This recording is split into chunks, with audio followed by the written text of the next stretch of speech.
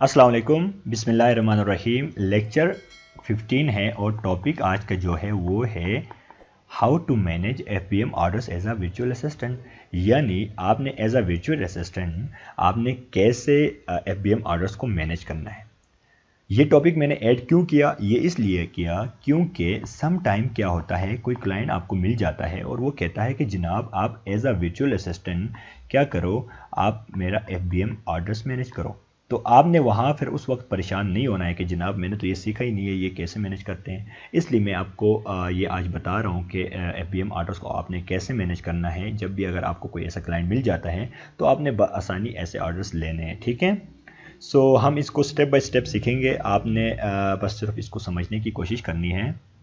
अगर आपको नहीं समझ आई तो आपने इसको रिपीट करके भी सुनना है, लेकिन इसको समझने की कोशिश करनी है, ठीक है। सो डियर स्टूडेंट्स, आगे बढ़ते हैं। आगे बढ़ने से पहले मैं एक और इम्पॉर्टेंट बात आपको बताना चाहता हूं कि अगर आपके पास कोई नोटबुक और पेंसिल नहीं है तो अपने पास रख ले, क्योंकि ये बहुत इंपॉर्टेंट होता है। आपने जो कुछ इंपॉर्टेंट पॉइंट्स साथ साथ नोट भी करने होते हैं। यही पॉइंट्स आपको बाद में बहुत हेल्प करते हैं। जब भी आप कहीं स्टक हो जाते हो ड्यूरिंग सर्विस देते वक्त, तो आप उनको देखोगे तो आपको आसानी से आगे बढ़ने में आसानी होगी, ठीक है।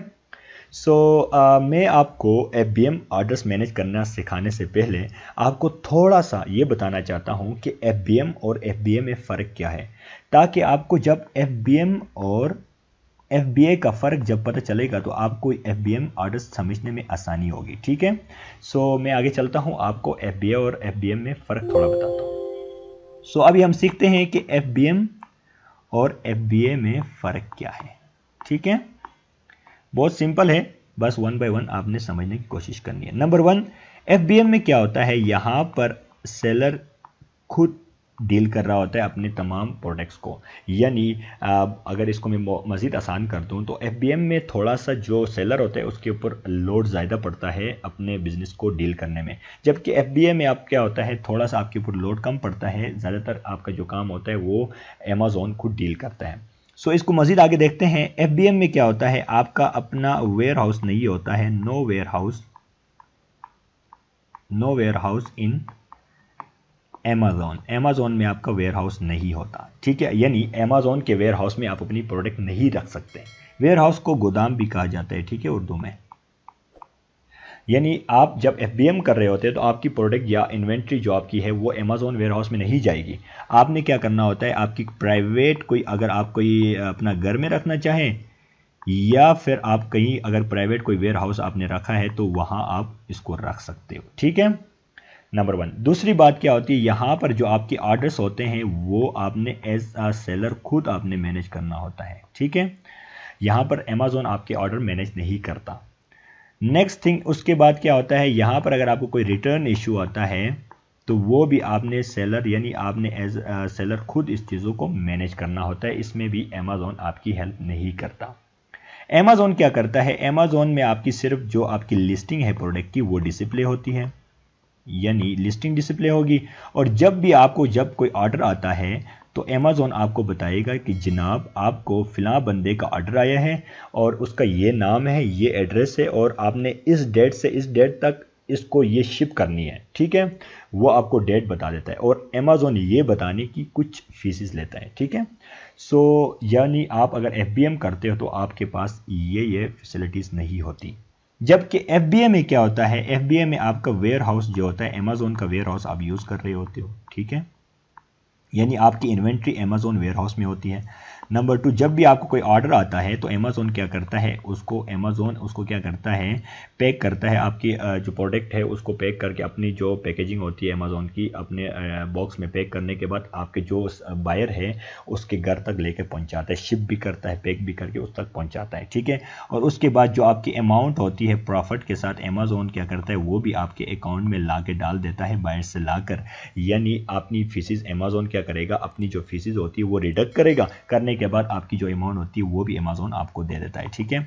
उसके बाद अगर कोई रिटर्न इशू आता है तो उसमें भी अमेज़ॉन आपके काफ़ी हेल्प करता है, आपको बता देता है, आपको नोटिफाई करता है कि जनाब ये जो प्रोडक्ट है आपकी रिटर्न हुए हैं, अच्छा इसमें ये इशू है।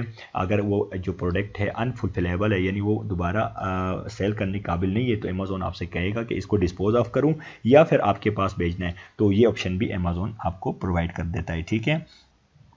उसके बाद जो नेक्स्ट थिंग है वो क्या है, यहाँ पर अमेज़ॉन आपको नोटिफिकेशंस भी देता रहता है आपके जो डेली सेलिंग है उसके हवाले से भी, और अगर आपको किसी भी तरह से कोई न्यू अपडेट हो तो वो भी आपको यहाँ पर अमेज़ॉन बताता है।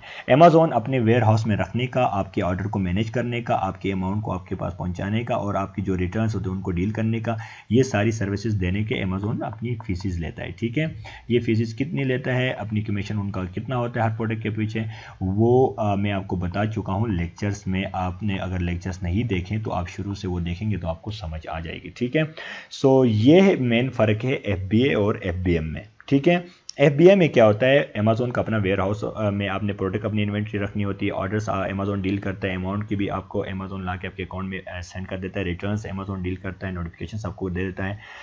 जबकि FBM में क्या होता है, FBM में आपका अमेज़ॉन वेयर हाउस में आप अपनी इन्वेंट्री नहीं रखते हो, आपका अपना कोई प्राइवेट घर या फिर आपने वेयर हाउस में आप जो प्राइवेट कहीं और है तो वहाँ पर आप अपनी इन्वेंट्री रखते होते हो, अपने ऑर्डर्स को खुद मैनेज करते हो, आपके रिटर्न्स आए तो वो भी मैनेज खुद करते हो, आपकी जो अमाउंट है वो भी खुद मैनेज करते हो। ठीक है, तो अमेज़ॉन सिर्फ आपको मैसेज करता है कि आपको ये ऑर्डर्स आए, या आपकी जो सेलर अकाउंट है वहाँ पर आपको नोटिफिकेशन आते हैं कि आपको ये ऑर्डर्स आए हैं, ये आपने इस डेट को शिप करना है। ठीक है, जो शिप बाई डेट है वो अमेज़ॉन सिर्फ आपको डिसाइड करके बताता है। ठीक है, शिप बाई डेट ये अमेज़ॉन डिसाइड करता है, वो करके आपको बता देता है। ठीक हो गया, सो अमेज़ॉन ये बताने की थोड़ी सी चार्जेस लेता है।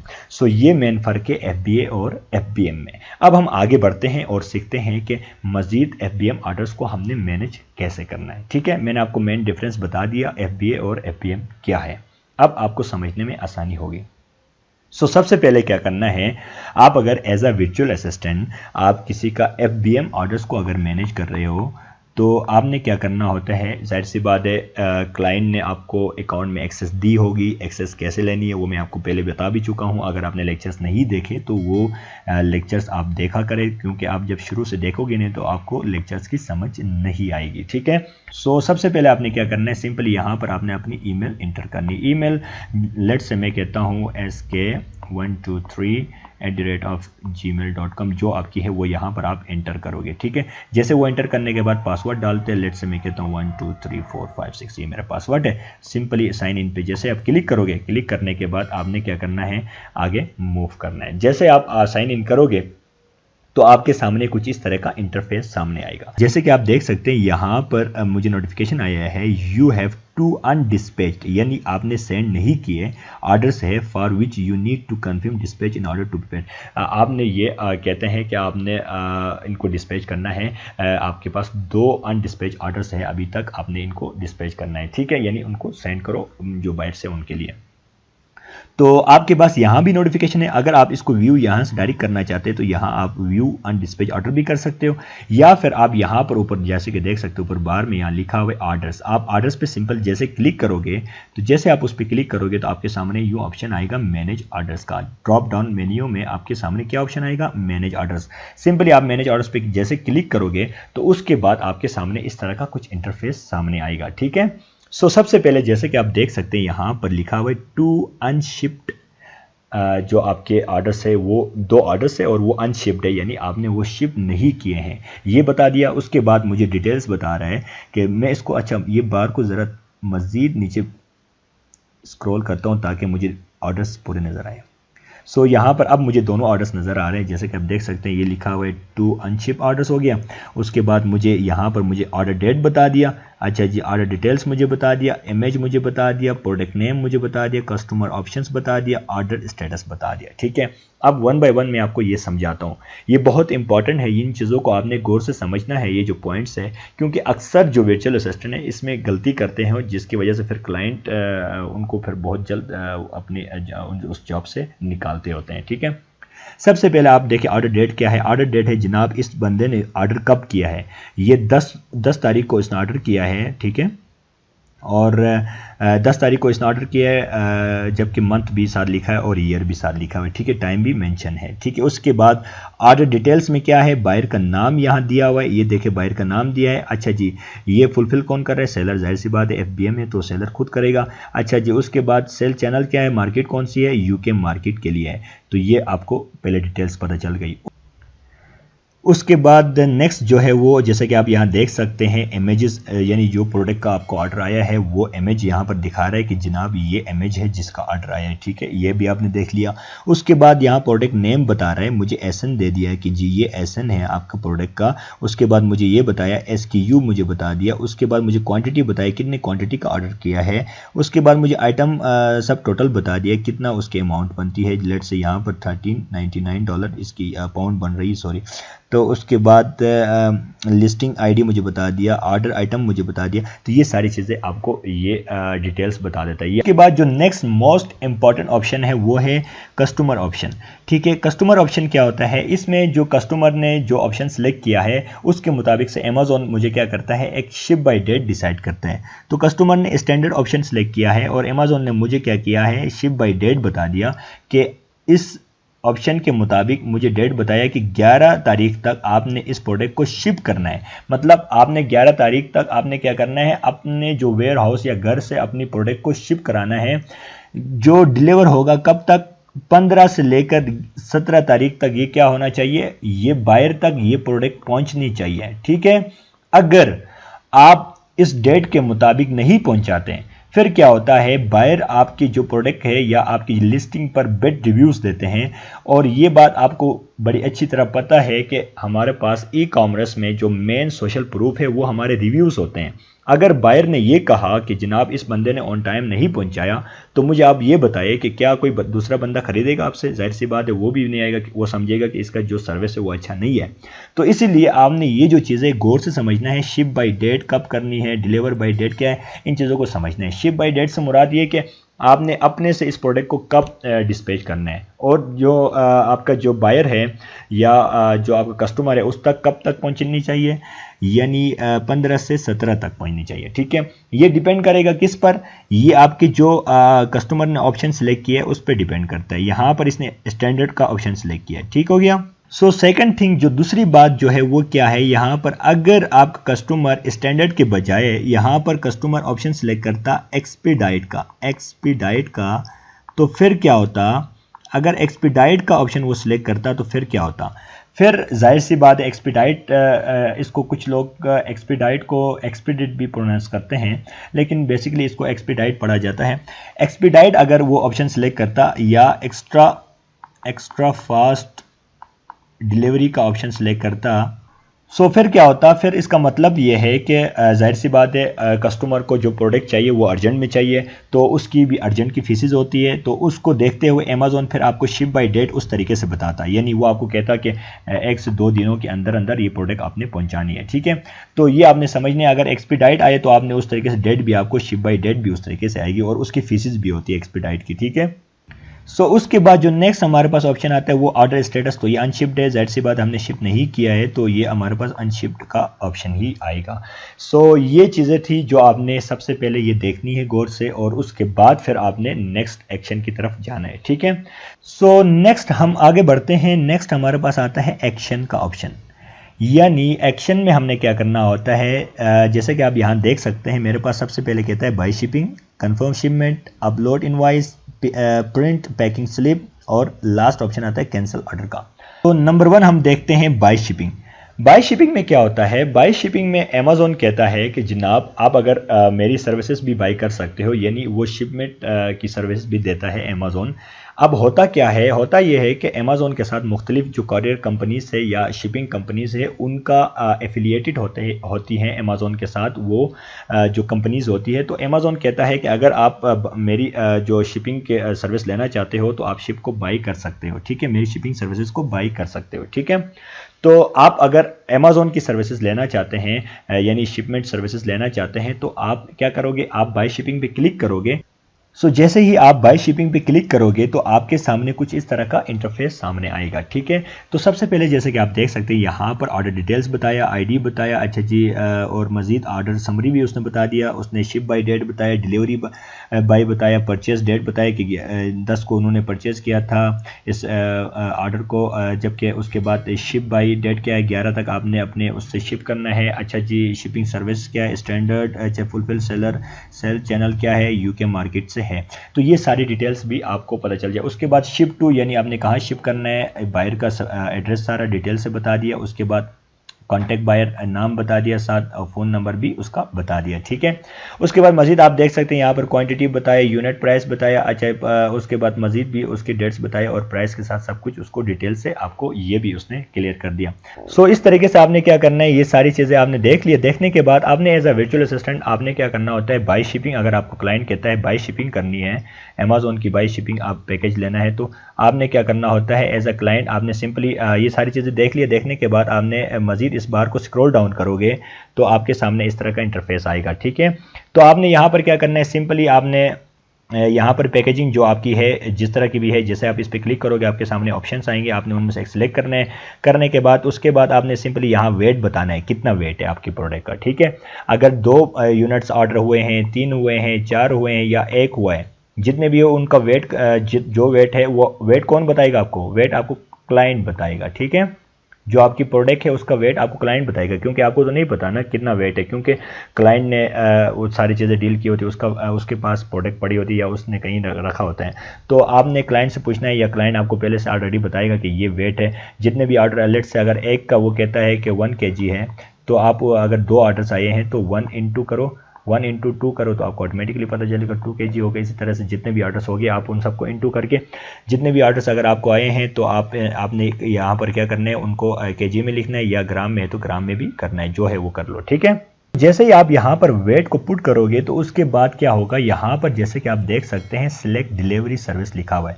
यहाँ पर आपके सामने एक बॉक्स यूँ इस तरीके से ओपन होगा और यहाँ पर मुख्तलिफ ऑप्शंस आपके सामने आएंगे, जैसे जो शिपमेंट कंपनीज या कॉरियर कंपनीज अमेजोन के साथ एफिलिएटेड है उन सब का नाम आएगा। फॉर एग्जांपल मैं आपको 1-2 नाम दे के भी बताता हूँ ताकि आपको समझने में आसानी हो। DHL वाले, ये कोई एक इस तरह का नाम आ सकता है।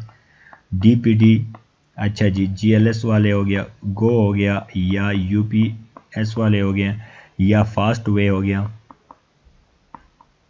ठीक है। इस तरह से आपके सामने एक लिस्ट ओपन होगी। अब ये आपकी मर्जी है, आप इनमें से किसको सिलेक्ट करते हो। आप जिसको भी सिलेक्ट करोगे, जैसे आप कोई लेट से मैं DHL सिलेक्ट करता हूं, ये जैसे आप सिलेक्ट करोगे, ये कॉरियर कंपनी का क्या है, कॉरियर कंपनी है DHL, ठीक है। इस तरीके से ये सारे कंपनीज का नाम है, शिपमेंट कंपनीज का।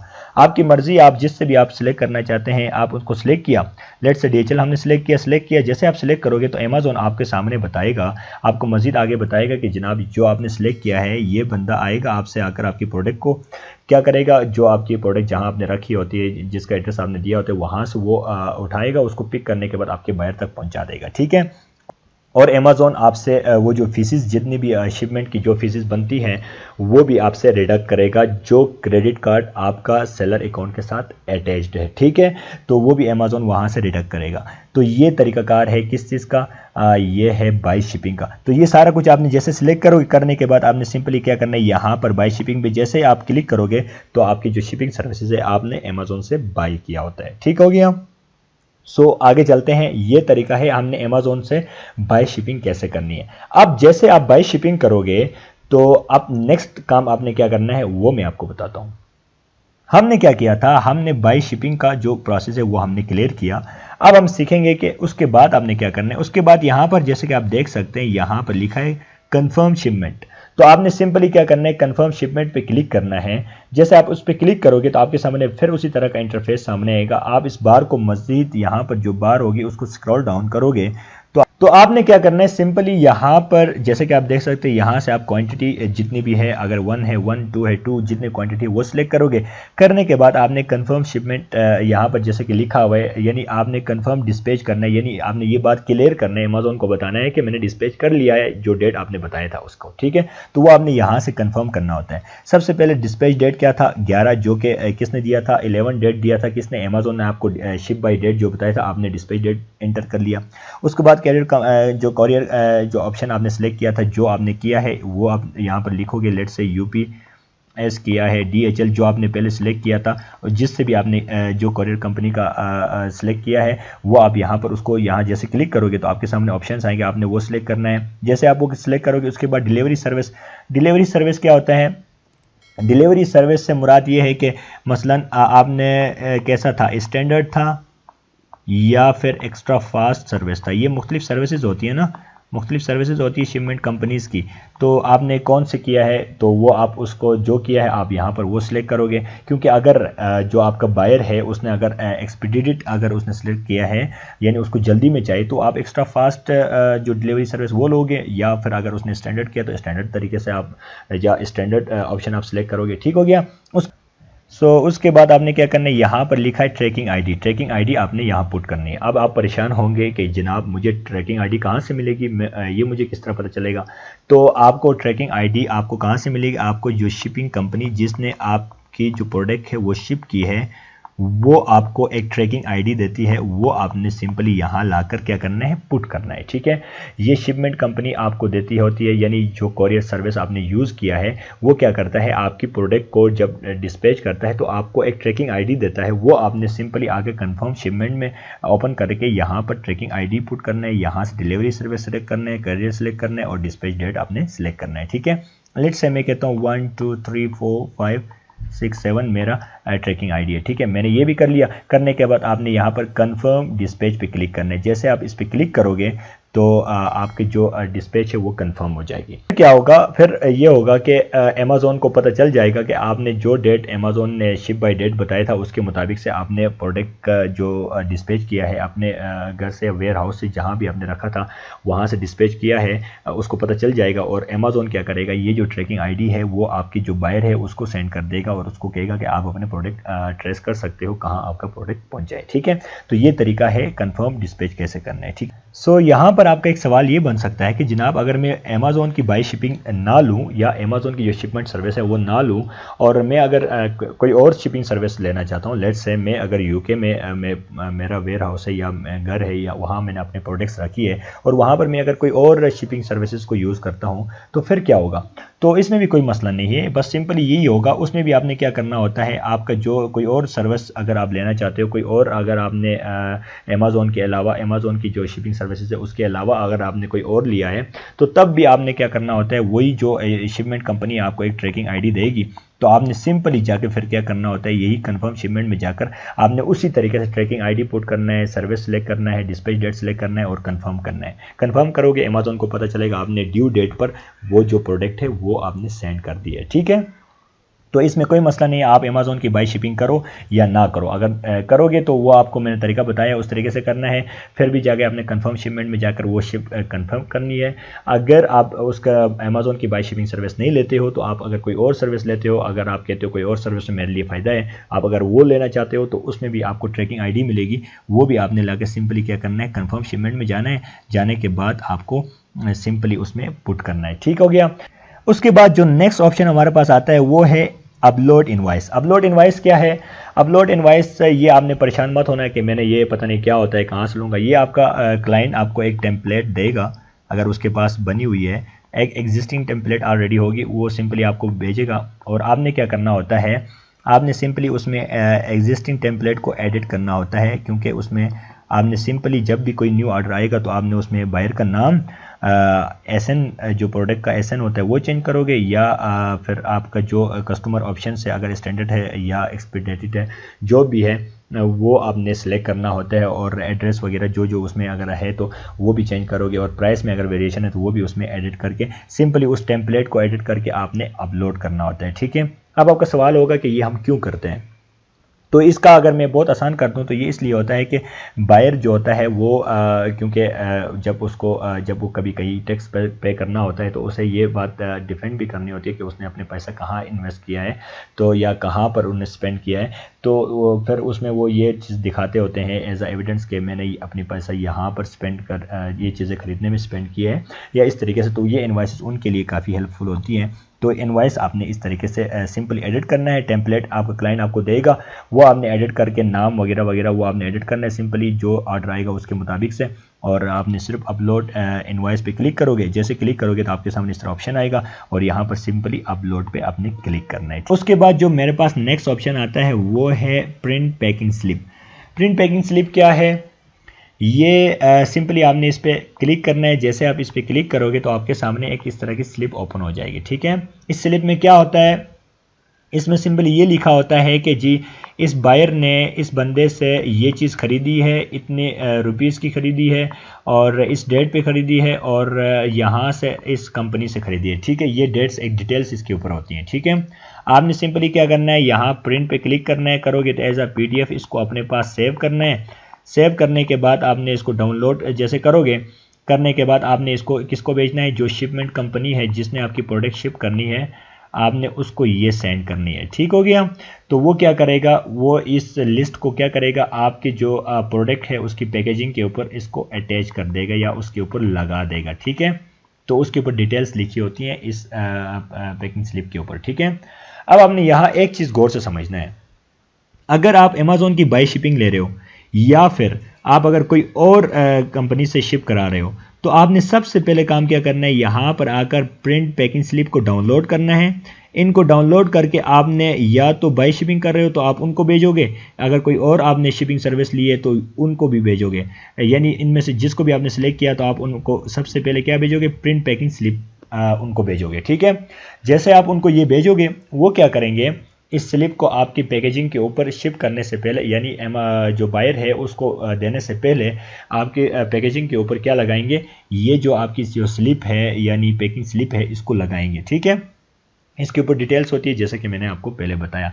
तो ये आपने क्या करना होता है, प्रिंट पैकिंग स्लिप्स किसको भेजनी होती है, आपके जो शिपमेंट कंपनी है या कोरियर वाले हैं उसको पहले भेजनी है। ठीक है, सो उसके बाद जो हमारे पास लास्ट ऑप्शन बचता है वो क्या है, वो है कैंसल ऑर्डर का। अगर आप कहते हो कि जनाब मैंने इस बायर को ये प्रोडक्ट नहीं देनी, तो आप क्या करोगे, आप उसको कैंसिल भी कर सकते हो, लेकिन ज़्यादातर ये काम अच्छा नहीं होता। आपने कैंसिल ऑर्डर ना करो, कोशिश ये किया करो अगर आप फुलफ़िल कर सकते हो तो आप ऑर्डर को फुलफ़िल करो ताकि आपको बैड रिव्यूज़ ना पड़े, क्योंकि अगर आप कैंसिल ऑर्डर करते हो तो उससे फिर चांसेस यही होते हैं कि आपको बैड रिव्यूज़ पड़े, क्योंकि आप जो बायर है उसने आपको ऑर्डर किया होता है, उसका भी में भी काफ़ी टाइम लगा होता है उस चीज़ों पे।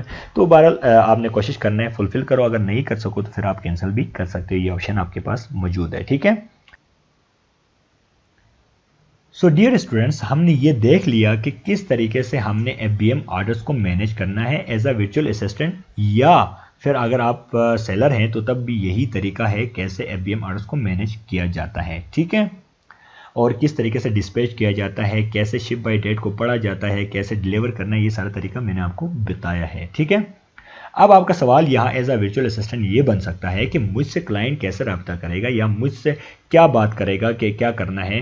तो ये मैं आपको थोड़ा सा डिटेल से या मज़ीद इसको समराइज़ करने की कोशिश करता हूँ। ठीक है, सो आगे बढ़ते हैं। फॉर एग्जांपल कोई क्लाइंट आपको मिल गया और क्लाइंट कहता है कि जनाब आप मेरे FBM ऑर्डर्स को क्या करो, मैनेज करो। ठीक है, वो कहता है एज अ वर्चुअल असिस्टेंट आप FBM ऑर्डर्स को मैनेज करो। तो अगर आपको क्लाइंट कहता है आपने बाय शिपिंग करनी है तो आप बाय शिपिंग की सर्विस दोगे। आप बाय शिपिंग कैसे करनी वो मैं आपको डिटेल से बता चुका हूँ। अगर आपसे क्लाइंट कहता है कि जनाब आपने सिर्फ कंफर्म शिपमेंट करनी है तो आपने क्या करना है, कंफर्म करना है शिपमेंट को। ठीक है, और वो तरीका मैं आपको बता चुका हूँ कैसे आपने कंफर्म शिपमेंट करनी है। ठीक है, अब इसमें होगा क्या, इसमें आपको क्लाइंट ट्रैकिंग आईडी देगा, यानी डिस्पैच वो खुद करेगा या जो सर्विस वो खुद लेगा कॉरियर का, वो आपको सिर्फ ट्रैकिंग आईडी देगा, कहेगा जी इनको शिपमेंट कंफर्म करनी है। ठीक है, क्योंकि देखो बाज़ क्लाइंट होते हैं वो बिज़ी होते हैं, उनके पास और काम भी बहुत होते हैं, तो वो क्या करते हैं जो कंफर्म शिपमेंट वाला काम है उसके लिए कोई वर्चुअल असिस्टेंट भी हायर कर सकते होते हैं। ठीक है, क्योंकि उनकी मुख्तलिफ नीड्स होती है और उनमें ज़्यादा ऑर्डर भी आते हैं। लेट से अगर 100 ऑर्डर आए हैं तो उनका कंफर्म शिपमेंट करने के लिए वो कोई वर्चुअल असिस्टेंट भी हायर कर सकते होते हैं। ठीक है, तो आप अगर वो क्लाइंट कहे कि कंफर्म शिपमेंट करनी है तो तब भी आप इस तरीके से, वो तरीका मैंने बताया, आपने वो कर सकते हो। अगर आपको क्लाइंट कहे जी आपने पैकिंग स्लिप्स को डाउनलोड करके आपने शिपमेंट कंपनी को भेजना है, तो वो भी आपने कैसे करना है वो तरीका मैंने आपको बताया हुआ है। ठीक है, तो ये इस तरीके से आपसे क्लाइंट सर्विसेज ले सकता है। अगर क्लाइंट कहता है आपने ये सारी चीज़ें खुद मैनेज करनी है, आपने बाय शिपिंग भी करनी है, कंफर्म शिपमेंट भी करनी है और पैकिंग स्लिप भी डाउनलोड करनी है, तो ये सारी भी आप सर्विसेज दे सकते हैं। ठीक है, तो आज हमने क्या सीखा, हमने सीखा FBM ऑर्डर्स को कैसे मैनेज किया जाता है, यानी अगर कोई ऑर्डर आ जाए तो कैसे उसको पहले पढ़ना है, कैसे डेट को देखना है, किस तरीके से आपने बाय शिपिंग लेनी है अमेज़ॉन की, या फिर आप कोई और शिपिंग सर्विस लेते हो तो उसको किस तरीके से फुलफ़िल किया जाता है, और किस तरीके से आपने जो ड्यू डेट है उस पर आपने पहुंचानी है अपने बायर को। ठीक है, तो आज का लेक्चर हम यहाँ स्टॉप करते हैं। अपना ख्याल रखिएगा। अल्लाह हाफिज़। पाकिस्तान जिंदाबाद।